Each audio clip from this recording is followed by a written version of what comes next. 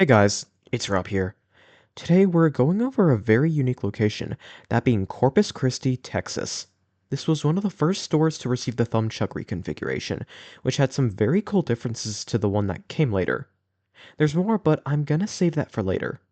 I want to give a huge thanks to Matt the franchise for requesting this location, and also being a huge help with the info in this video.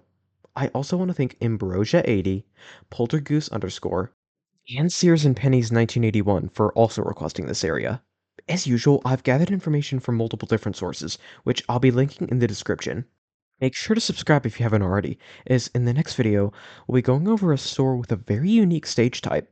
Before we begin, I want to mention that I am collabing with Matt the franchise on this video, so expect him to pop up in a few of these segments.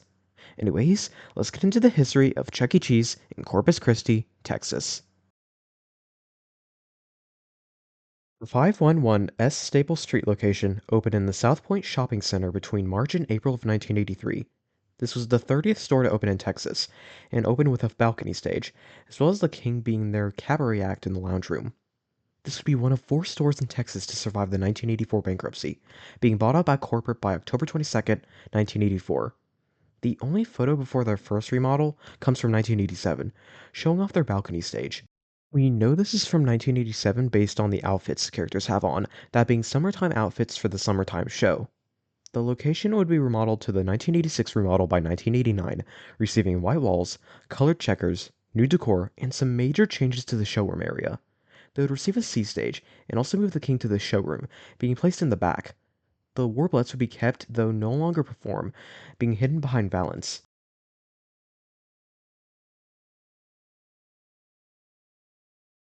Multiple photos from the 1980s and early 90s exist at this location, giving us a good look at the showroom during this time. These 2 photos seem to be the oldest, with this one showing up the center part of the C stage, where we can see Chuck in his derby attire without a hat, Jasper in a red and white striped shirt, also with no hat, and Helen, who still has her Pizza Time Theater outfit on. This one shows off most of the stage, where we see them in normal attire, and also see Pasquale. We also see part of a unique feature this store had. By 1990, a platform for the walk-around character to dance on was added. This photo gives us a good look at it, where we can see it was meant to blend in with the C stage, having fencing all around it, with the space in the center let the walk-around in and out. We also see the flooring for this platform has a white and black checkered pattern. We also see that Helen has received her Munch's Make-Believe Band mask and outfit by this point. Helen received her outfit along with Chucky getting a mask change in early 1995.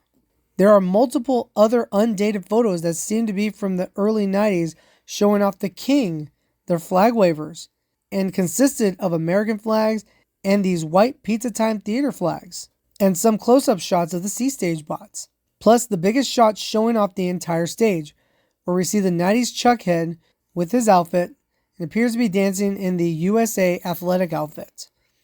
We also see that they had Helen walk around, which is an uncommon thing for stores to have. The earliest footage of the store comes from 1992, where we get a good look at the King, who performs in this footage.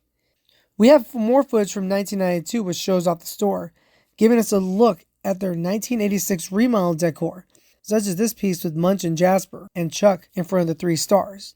The showroom, where we see the C stage and King and their Chuck walk around, which is the mid to late 80s Chuck derby head with a full derby Chuck attire on. We also see that they had the Munch walk around during this time. 1993 footage shows off the showroom, showing off the King in the back room and their C stage, which is in varying shape, as Jasper, Helen, and Pasquale all seem to be in good shape, though Munch and Chuck seem to be having some problems. The King would be removed by the summer of 1995. Footage from June of 1996 gives us another look at the showroom, where we see they still had the C stage and even the flag wavers at this point. The bots seem to be in even worse shape here, unfortunately, with them not moving much whatsoever.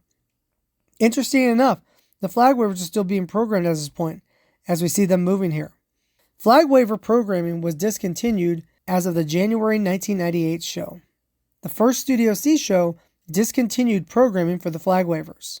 We also get to see their Chuck walk around at this time, that being the 90s Chuck head with a full tux attire.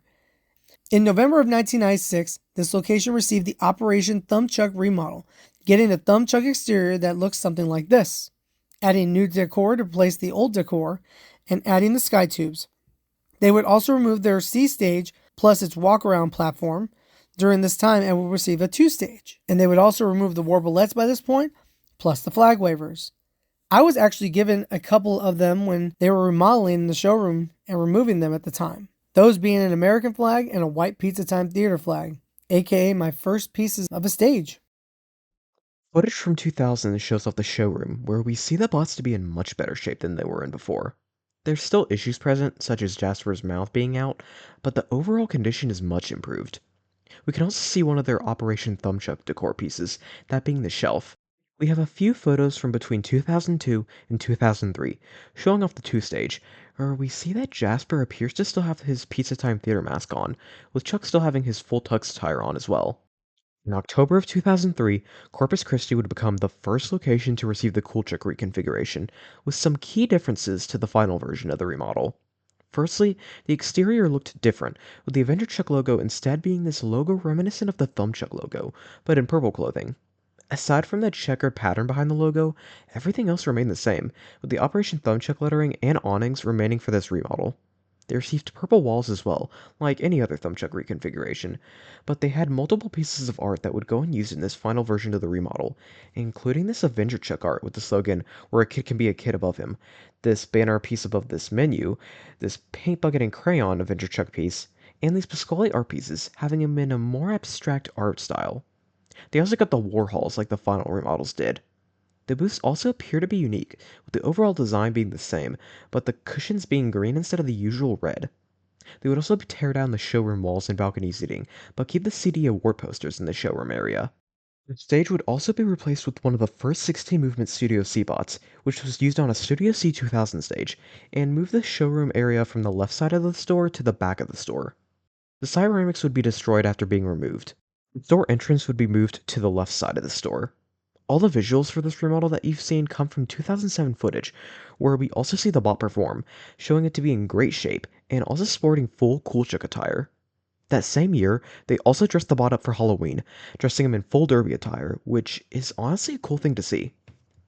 In 2012, this location would receive the 2010 update to the Cool Chuck Reconfiguration, which saw the exterior change to the finalized version of the Avenger Chuck exterior, save for the logo, which stayed the same.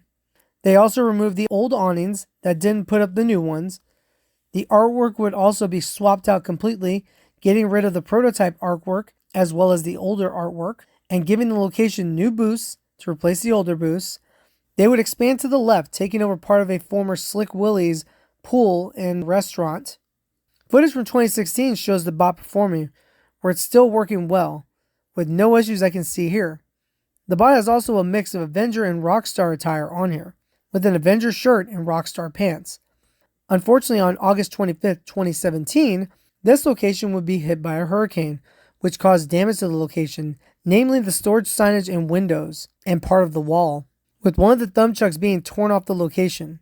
By June of 2018, the location would be fixed, with both logos being replaced by the 2015 remodel logo. The location itself did not receive the 2015 remodel.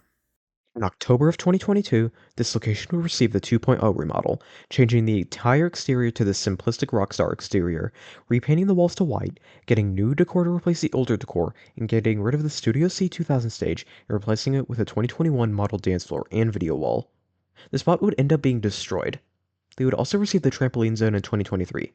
As of September of 2024, the location remains this way. In conclusion, Corpus Christi was quite the interesting location, being home to a unique walk-around platform in front of the stage, and being home to the first Cool Chuck Reconfiguration remodel as well, which had unique art in it that made it even cooler. Overall, this was a cool location to go over, and I want to thank Matt the franchise again for helping me out with this location, and collabing as well. Thank you guys for watching this video. It was nice to not only be able to collab on a history video for the first time, but also get to do it with Matt. This was really a cool location to go over, and I'm happy I got to do it with someone who grew up at the location. My next video is going to be going over one of 3 CU1 stage locations, this time being Whitehall, Pennsylvania. This also ended up being one of the last locations to have CEI bots, so if you're interested in seeing that, make sure to hit that subscribe button and ring the notification bell so you're notified when it drops.